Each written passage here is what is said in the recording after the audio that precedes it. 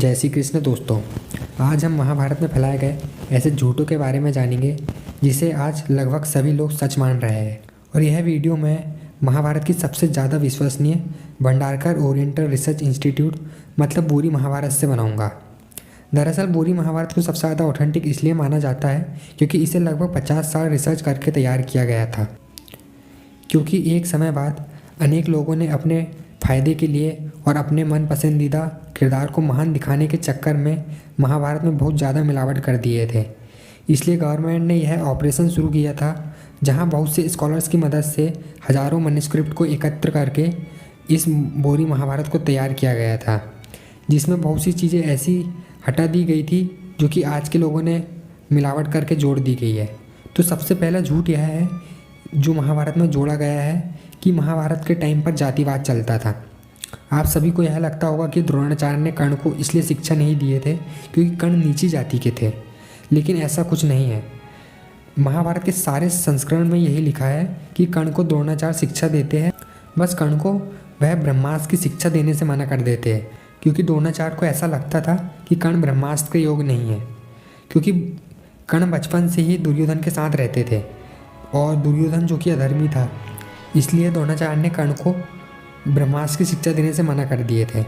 इसलिए कर्ण परशुराम जी के पास चले जाते हैं और इस बात को तो महाभारत में मिलाया भी नहीं गया है।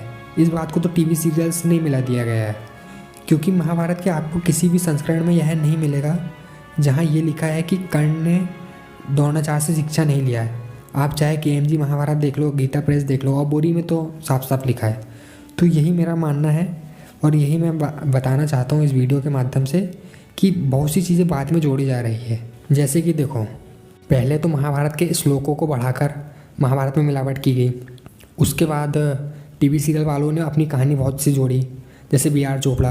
फिर BR चोपड़ा के बाद आता है स्टार प्लस महाभारत, फिर उसने और ज़्यादा मिलावट शुरू कर दी। स्टार प्लस के बाद आया सूर्यपुत्र कर्ण सीगर, उसने और ज़्यादा मिलावट कर दी।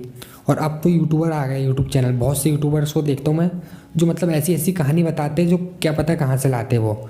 तो ऐसी मतलब मिलावट बढ़ती ही जा रही बहुत ज़्यादा। इसके चक्कर में लोगों की सच्चाई से दूरी बढ़ती जा रही है। मैं आपको और भी बताता हूँ।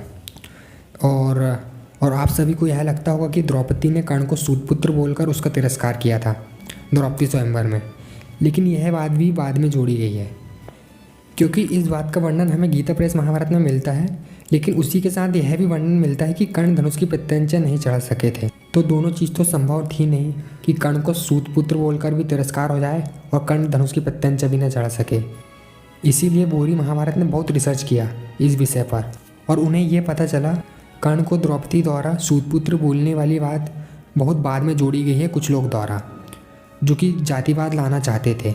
इसलिए बोरी महाभारत के अनुसार कर्ण द्रौपदी स्वयंवर में धनुष की प्रत्यंचा नहीं चढ़ा पाए थे। ऐसा कुछ नहीं है कि कर्ण को सूतपुत्र बोलकर उसका तिरस्कार कर दिया गया था, उनने चढ़ा दिए थे, ऐसा कुछ भी नहीं था। ये सब बाद में ही जोड़ा गया है। अब मैं आपको एक और बात बताता हूँ। आप सभी को यह लगता होगा कि भीष्म ने कर्ण को युद्ध इसलिए नहीं करने दिया था क्योंकि कर्ण को भीष्म नीच जाति के समझते थे, लेकिन असलियत में ऐसा था कि भीष्म ने कर्ण को रोका ही नहीं था युद्ध के लिए। भीष्म पितामह ने सिर्फ उन्हें कर्ण को अर्धरथी कह दिया था क्योंकि भीष्म पितामह बहुत ज़्यादा गुस्सा थे कर्ण के ऊपर, क्योंकि कर्ण हमेशा दुर्योधन को सपोर्ट करता था, उसका हमेशा उत्साह बढ़ाता था, युद्ध करने के लिए प्रेरित करता था। इसलिए भीष्म जी को गुस्सा आया था और उन्होंने गुस्से में कर्ण को अर्धरथी कह दिए थे, जिससे कर्ण को लज्जित होना पड़ा था सबके सामने। जिसके कारण कर्ण ने कहा था कि जब तक भीष्म पितामह युद्ध के सेनापति रहेंगे तब तक मैं युद्ध नहीं करूँगा। इसलिए कर्ण ने युद्ध नहीं किए थे। ऐसा कुछ नहीं था कि कर्ण सूत जाति के थे इसलिए उनको हटा दिया गया था। और पहले जातिवाद जैसी कोई चीज़ ही नहीं होती थी। मनुस्मृतियों के अनुसार सूत उन्हें कहा जाता है जिनके पिता ब्राह्मण और माता क्षत्रिय हो, या फिर माता ब्राह्मण या पिता क्षत्रिय हो। सूत कोई नीची जाति नहीं थी या फिर नीचा कुल नहीं था। ये सब बाद में ही जोड़ा जा रहा है। और भगवान श्री कृष्ण खुद स्वयं कहते हैं गीता के अध्याय 4 में कि चतुर्वर्णम मयम सृष्टम गुणकर्मम विभागसः तस्य कर्तारमपि माम विद्यस्य कर्तारम वयम। मतलब कि ब्राह्मण, क्षत्रिय, वैश्य, शूद्र, इन 4 वर्णों का समूह गुण और कर्मों के अनुसार भगवान श्री कृष्ण द्वारा रचा गया था।